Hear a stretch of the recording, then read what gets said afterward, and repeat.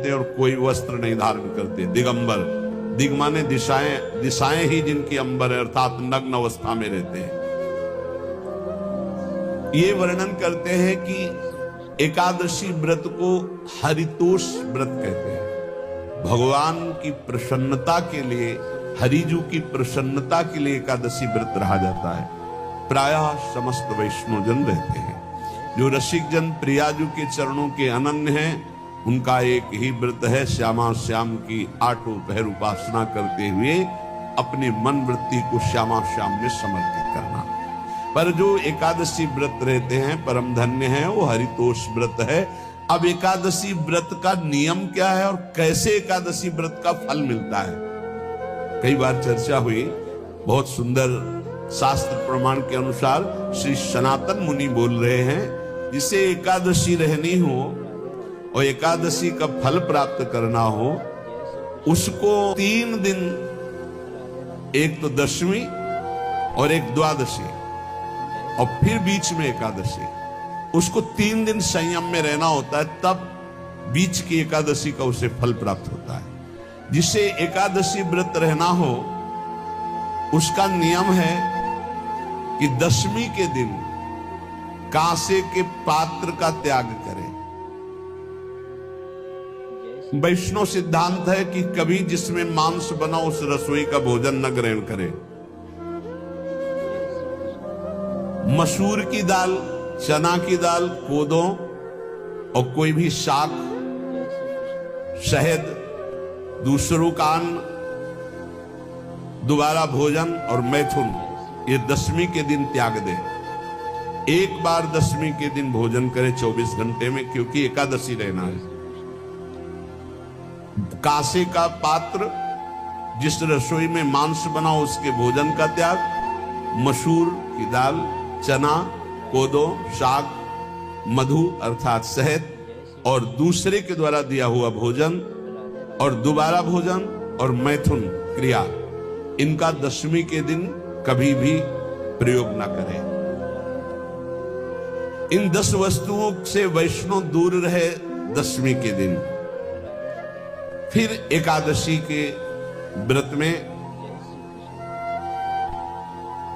ये पीछे तो हम वर्णन कर ही चुके हैं, कहीं नहीं आया यहाँ कुटू का कचौड़ी पकौड़ी और सिंघाड़ा का हलवा और सावा, ये दुनिया के खीर और सब।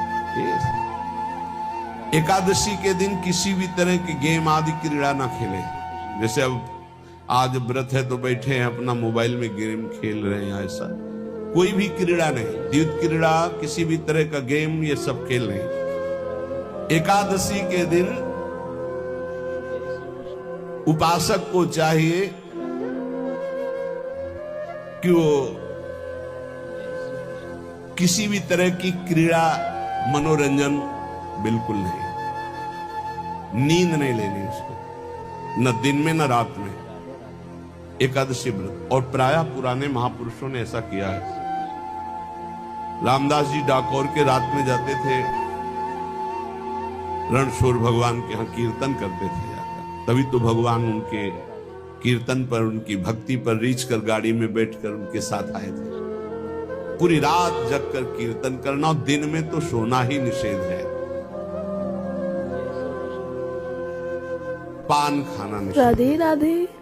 एकादशी को बिल्कुल नहीं। जो व्रत रह रहे, वृक्ष से तोड़कर जो दतून की जाती एकादशी के दिन है।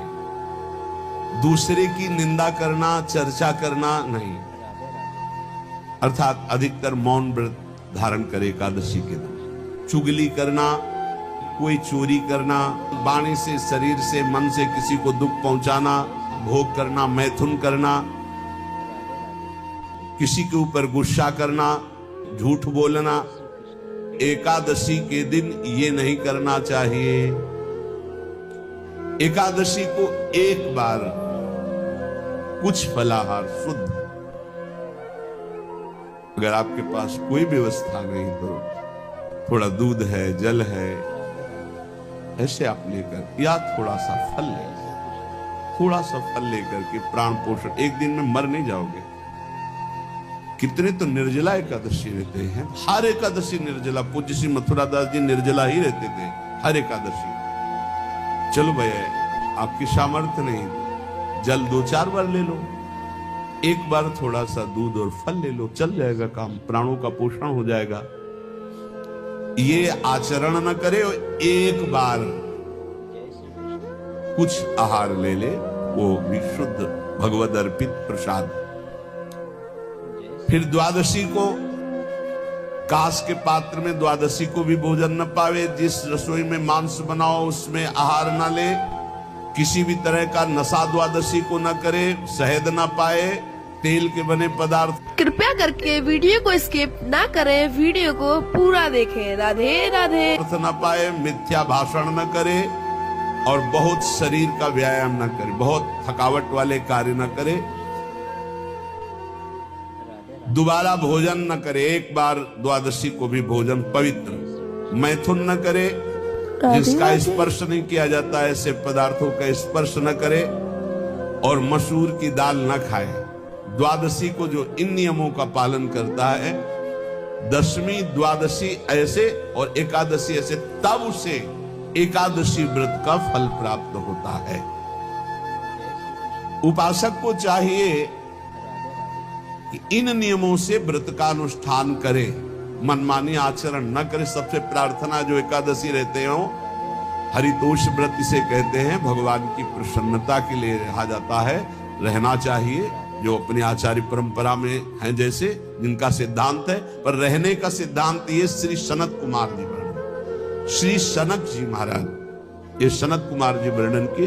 सनक जी महाराज कह रहे हैं, यदि भगवान का आश्रय नहीं, सत्संग नहीं है, तो इन 4 में से एक हो तो नाश कर देता, फिर चारों हो तो सर्वनाश हो जाता है। यदि सत्संग नहीं है, यदि भगवद आश्रय नहीं है, खूब धन हो, जवान अवस्था हो, बढ़िया पद मिला हो, प्रभुत्व चलता हो और अज्ञान हो, फिर क्या कहना है?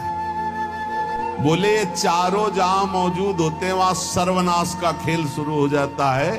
अगर इनमें से एक हो तो सर्वनाश करने में पर्याप्त है, और अगर चारों हो तो फिर क्या कहना है? जवान हो, खूब रुपया पैसा हो, कोई पद हो, कोई अधिकार हो बड़ा, फिर और अज्ञानी हो, तो बोले एक नाश कर देगा, फिर चारों तो नाश ही कर देगा।